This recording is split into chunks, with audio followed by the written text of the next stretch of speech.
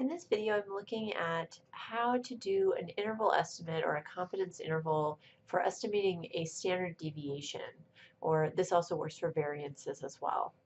So if you remember when we were talking about biased and unbiased estimators, we said that standard deviation is actually a biased estimator. So these calculations actually work with the variance or the standard deviation squared, but all we have to do is use the variance and then take a square root at the end, and that'll give us standard deviation. So we typically still talk about standard deviation even though we're working with a variance. So when we started with interval estimates with proportions, we were using the normal distribution. And then when we looked at means, we said that, ideally we would use the normal distribution from the central limit theorem, but in reality, because we normally don't know the standard deviation of the population, that sigma value, we typically have to use a t-distribution or the student t-distribution. When we're working with variances or standard deviations, we have to use a completely different distribution called the chi-squared distribution. And the chi-squared distribution is still kind of bell curve shaped, but it's really not the same as what we saw with the normal curve or the t-distribution. So in fact, all the values in chi-squared are positive instead of being positive and negative like our z-scores are, and the distribution isn't symmetric, so it looks kind of like this. It's got kind of a hump near towards zero values and then a long right-hand tail, so it's a skew right distribution. And this is important because it means when we go to find our critical values, we're still dealing with the same idea where we're kind of chopping off tails on each end so that the area in the center is equal to essentially our confidence level. But because it's not symmetric, the place where we cut it off on the right and where we cut it off on the left are going to be completely different values. So with chi-squared distributions, we'll have to find two individual different critical values, and you'll see how this makes the formula different when we're actually finding the interval. So doing this with Excel, we're going to use one or two different functions. This is all based on chi-squared. So chi is a Greek letter. It looks kind of like a big X that's a little bit curvy. And so you'll see this written as that letter squared, or sometimes it's spelled CHI and then just squared written out. So the name of this function in Excel is chi-square, so CHISQ dot INV, and that INV is that inverse function where we're feeding in essentially an area or a probability, and it's giving us not a z-score in this case, but a chi-square score. So the chi-square inverse function, we put in a probability, and that probability is going to be area to the left. This is just how our normal inverse function worked, and we'll use this to find our left-hand cutoff. We have to put in that probability, and then we also need to put in the degrees of freedom, and this is similar to what we saw in the t-distribution, where the degrees of freedom is always going to be 1 less than the sample size, so n minus 1. There's another function in Excel called essentially chi-squared inverse dot RT. This is talking about right, and we can use that easily to find the right tail. So this is the area to the right rather than the area to the left. We really can do these calculations with either one of these formulas, or you can use both of them. So it's up to you, whatever makes the most sense to you. The degrees of freedom in this one would be the same, that n minus 1. So here's an example. I want to find critical values for a 95% confidence level. So I'm thinking about cutting off the ends of our distribution so that the area in the middle is 0.95.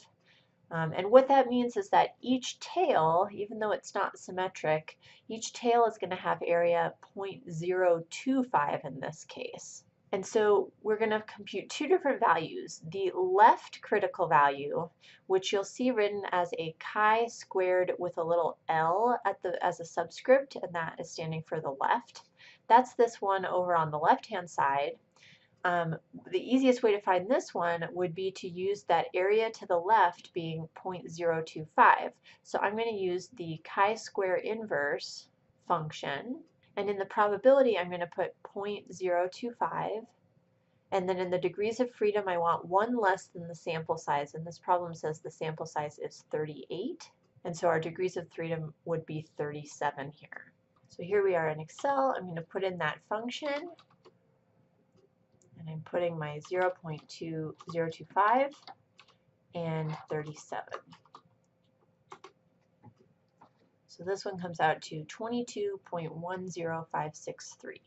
Notice that this is a very different kind of number than what we normally see from a normal distribution, right? The chi-square values are much larger and they're positive along the whole distance of the curve. So that's our left-hand side critical value. We're also going to find the right-hand side critical value, and that one is written as a chi-squared with an r as the subscript for r for right.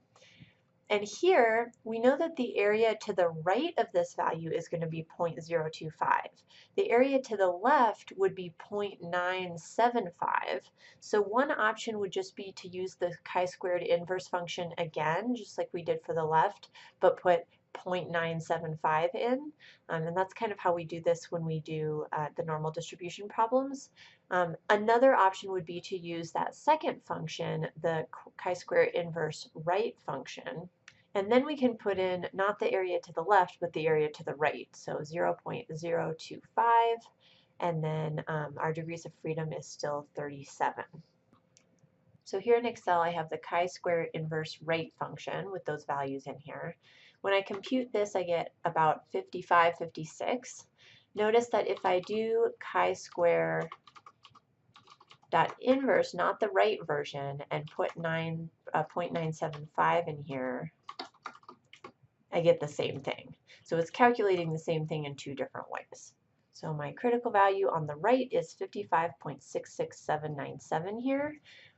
Again, take note that the left one is the smaller of the two and the right one is the bigger of the two. This is further along towards the right-hand side of what would be our x-axis. So here's a sample practice problem. Maybe pause the video here, see if you can figure out what would the critical values be for an 88% confidence level with sample size 50. And remember, you have to find both critical values. So pause the video here, and then when you come back, I will have the answer for you.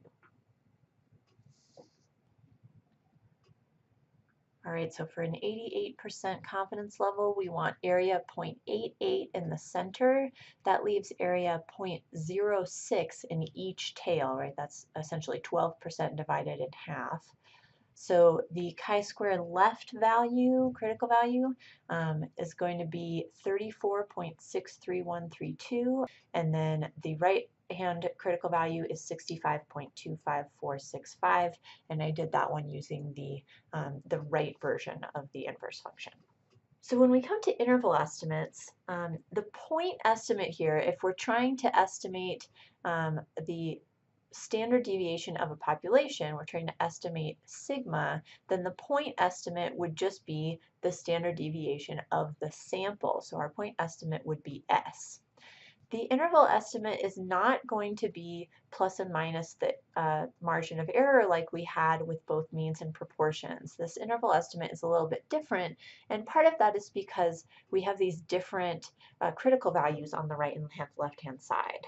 So up here at the top, I have the formula for the interval estimate for a standard deviation. Notice we have the square roots in there, and that's because we're getting standard deviation from the variance. So if you didn't have the square roots, you'd get an interval estimate for sigma squared, or for the variance. And notice that on the lower bound, we have that chi-squared right critical value showing up, and on the upper bound we have the left one. And this is a little bit backwards from how we would expect, but remember that the left one is the smaller value, the right one is the larger value, and so because these are in the denominator, if we put the larger value in the denominator, that's going to give us that smaller bound. So this isn't a mistake. The right hand critical value really does go in the lower bound for our interval. The requirements for doing an interval estimate like this are we must have a simple random sample, just like we saw in the other cases. And when we are estimating standard deviation, we need the population to be normally distributed. So this was part of the requirements for estimating a mean, but we said, oh, as long as the sample is at least 30, it doesn't need to be. That's not the case in standard deviations. We have to have a normal distribution. And if your distribution is not normal, the results you get from this can be very far off. So make sure you're dealing with a normal distribution, otherwise this method just doesn't work. Okay, so here's an example. Hopefully this is fitting in the video. A clinical trial is conducted to test a drug that's treating insomnia. After the treatment, the 16 subjects had a mean wake time of 98.9 minutes. Standard deviation of that was 42.3 minutes. Assuming that the sleep values come from a normally distributed population, construct a 98% confidence interval estimate of the standard deviation of the wake times for people treated with this drug. And so here we're looking at, not looking at the predicting the mean of these wake times, but how much does the wake times vary? So what is our standard deviation? So the first step here is to check our requirements. One is we need a random sample. As typical from these problems, it's not really clear whether this is a random sample or not. So I'll just note here that if these 16 subjects were not selected randomly, then this process is not valid. So just note that that's required. The second requirement is that the population is normally distributed. And it does say that our sleep values come from a normally distributed population, so we're okay there. The next step is to find the critical values, and we just practiced this, so I won't go through this in too much detail, but we're trying to find that left-hand critical value and right-hand critical value, where the area in the middle would be 0.98. So here are the critical values I got. The left-hand one, 5.229349, and the right-hand one, 30.57791. All right, and now we're going to calculate our interval estimate. So we're using that formula from earlier in the notes. The lower bound is the square root of n minus 1 times s squared all over the right-hand critical value, and then the upper bound is the square root of n minus 1 s squared, and then divided by the left-hand critical value. An important note here, even though the critical values on the bottom are written with a squared, we're not going to square the critical value we found, right? Those values from the chi-square inverse function are sort of already squared, so we don't want to square those again.